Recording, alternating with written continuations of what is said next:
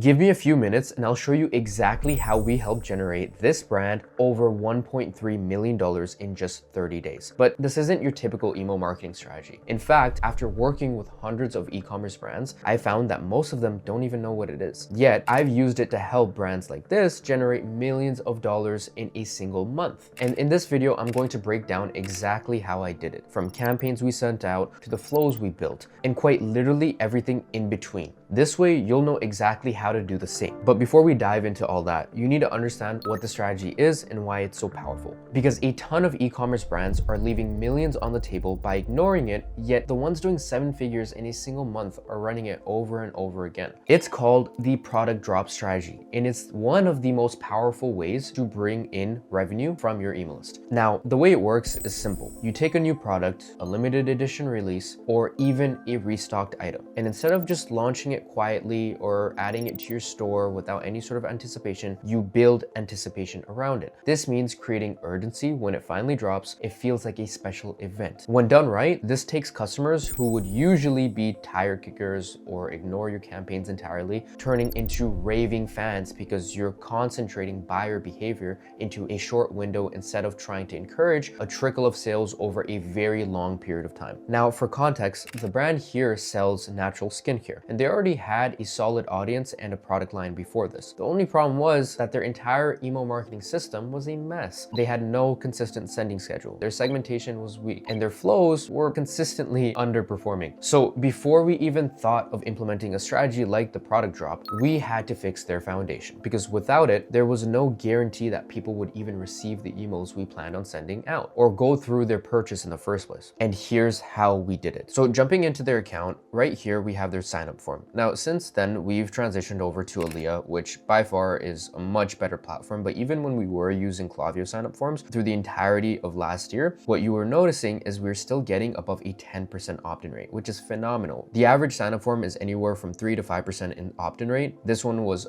upwards of 11%. Even some days being, if we go ahead and just filter it by that, over 15, 16, 17 days, right? Now, in this situation, we've now transitioned to a better platform and we're actually able to get that on a lot more consistent basis. But just for the focus of this particular brand, you're seeing that over the span of the year, from April all the way till January of 2026, we were able to get over 300,000 submits. Now, if they just had a basic form, they would have only gone around maybe 100,000 if they're lucky. So by having a really dialed and a really strong sign-up form, it matters a lot. And I'll even show you the actual offer that we had for them. And it's something that crushes for us across a lot of brands. And it's a mystery discount. And what you'll notice is it's not anything crazy. It doesn't have a bunch of cool graphics or spin to win wheel. No, it's very simple to the point. This is where the power of micro commitments really matter, because right here, we're asking them, hey, do you want this mystery discount or do you want to pay full price? And of course, naturally, they're going to say, yes, I want the discount. So in doing so, we go ahead and we collect their email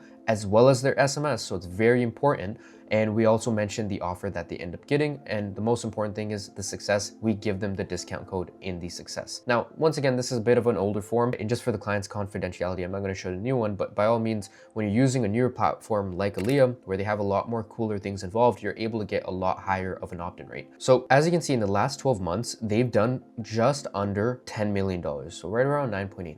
Of that, 42% of their revenue came in from emails. Now, what you'll notice here is even though they had an amazing month like November, December, throughout their months that were a lot lower in terms of revenue, they still had a good chunk of their revenue coming in from emails, which is very important for you to note, because this isn't something that just works for maybe 1 month. Seasonality wise, it only works for Black Friday or, the holiday season. No, this actually works every single month. It all depends on how you do it. And in doing so, this is a mixture of both having the drops as well as having that foundation. So that's why having a really strong sign up form and making sure that you have those core flows as well as campaigns outside of those launches are very important. I'm just going to show you a few of those and how that structure would look like. So now, just taking a look at their campaigns in that month where we were able to generate over $1.3 million for them, just so you're able to see, they effectively did around $3.6 million, and of that, 1.3 million came in from emails, which is phenomenal.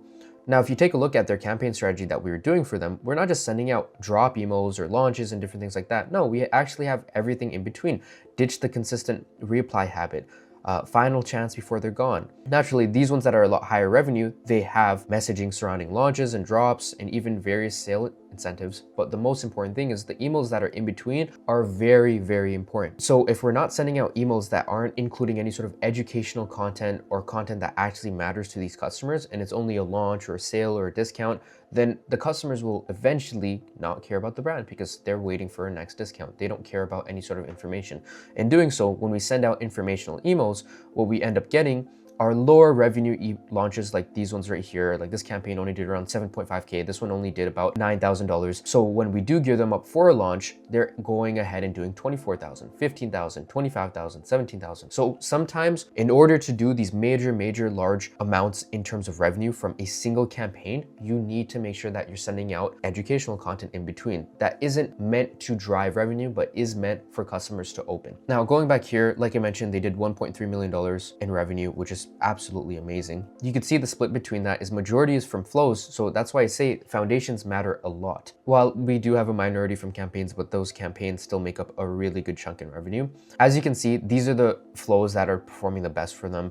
250,000, 197,000, 138,000. These are your welcome series, your cart abandonment, your checkout abandonment, your set abandonment, your browse abandonment. These are the flows that are generating the most revenue for them. So you can see even for a brand that's doing this much in revenue, in the millions, they're still prioritizing those core flows. So that's why it's very important. You should always have these core flows set up. All in all, it's very important for you as a brand to have the foundation laid, because if you're doing the launches, you're doing the drops, you're doing all these things and you're not seeing success, probably because your foundations are fundamentally broken. Now, if you want to implement the same email marketing strategy, but don't have the time or the team to build your flows, segments, drop campaigns yourself, you can book a call below. We'll handle the entire system from fixing deliverability to writing and designing high converting drop campaigns. And we've used the same approach to generate millions of dollars in revenue for our clients. So if you want to see if we can help you do the same, just book a call below. We will give you a free audit and show you exactly where you're doing the right things and the wrong things. But either way, now that we had a solid foundation in place, the next steps was actually to build out the product drops themselves. And for that, we use what I like to call the hype runway. Because if we just went ahead and dropped a new product out of nowhere with no build up, it would probably perform the same as a regular discount email. A few people would click, even fewer would feel the need to buy, and the entire thing would go to waste. So instead of waiting until the last few days before the launch, we started sending out campaigns about 3 to 4 days before the actual launch itself. This gives us enough time to build anticipation while also being able to run 4 drops in a single month. But not every email within those 4 days is about the drop. We're mixing in educational content, brand story, and customer testimonials to keep people engaged without burning them out, you know? And the goal here is to give people time and preparations to start thinking and buying without being overly salesy the entire time. So that when we finally do launch, which we usually do on Saturdays because people are actually online making the purchase, it doesn't feel like a rushed decision for them because we've actually been priming them to buy for the entirety of the week. Now, with that said, let me show you how the actual campaigns are structured. Now, just for the sake of the example, I'm going to show 4 exact identical formats in which we use to generate them that $1.3 million for just one of their 4 launches. And this is what it was. It was 4 emails right here. There's 2 teaser ones, 1 launch one, and obviously 1 follow-up. Now, I know you can't see the product, but really the product and the product name is not relevant to this.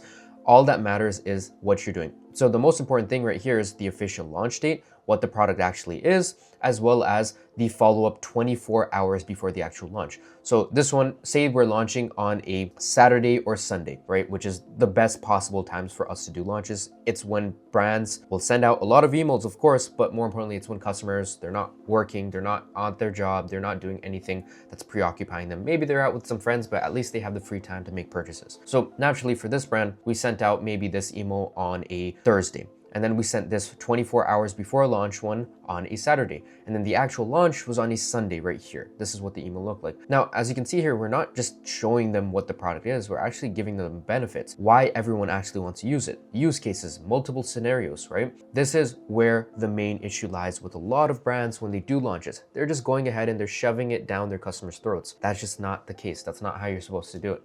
So now in this case, when we went ahead and we launched this flavor, which is blueberry muffin, it did phenomenal. It did really great because A, it was something that customers actually cared for. It's something that they actually wanted to see. and they're finally getting the use cases that they wanted. They're not just adding it to their collection for the sake of adding it, but they want a reason to buy it.